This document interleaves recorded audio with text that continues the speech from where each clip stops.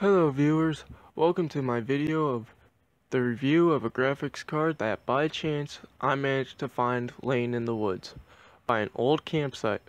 I personally found it really weird, that there was a GPU just laying in the woods as I was passing through.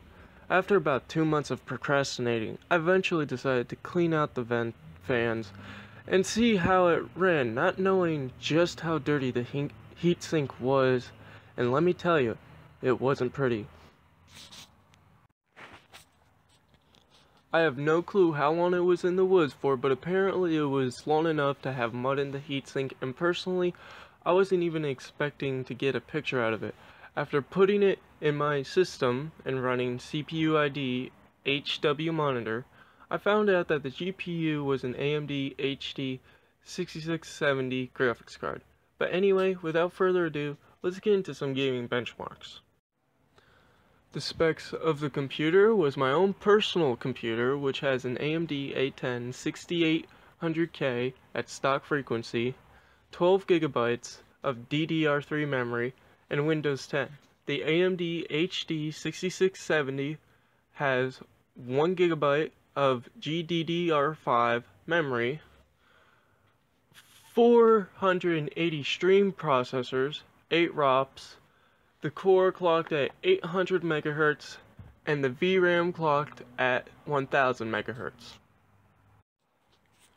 In the forest at 1776 by 1000 and the low settings, the graphics card ran at a minimum of 19 frames per second and an average of 28 frames per second.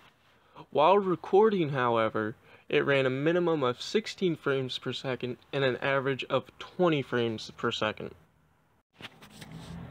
GTA 4, I ran the in-game benchmark and at 1080p in the medium settings, Anastrophic at ×2 and VSync turned off. The benchmark ran at a minimum of 30 frames a second with an average of 39.7 frames a second.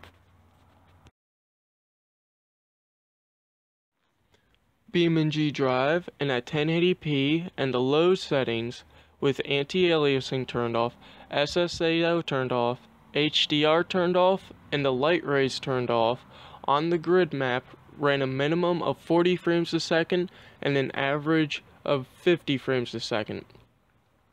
But I knew that the card wouldn't have much trouble with this map, so I also tested it on Jungle Rock Island, which is a more taxing map on the GPU.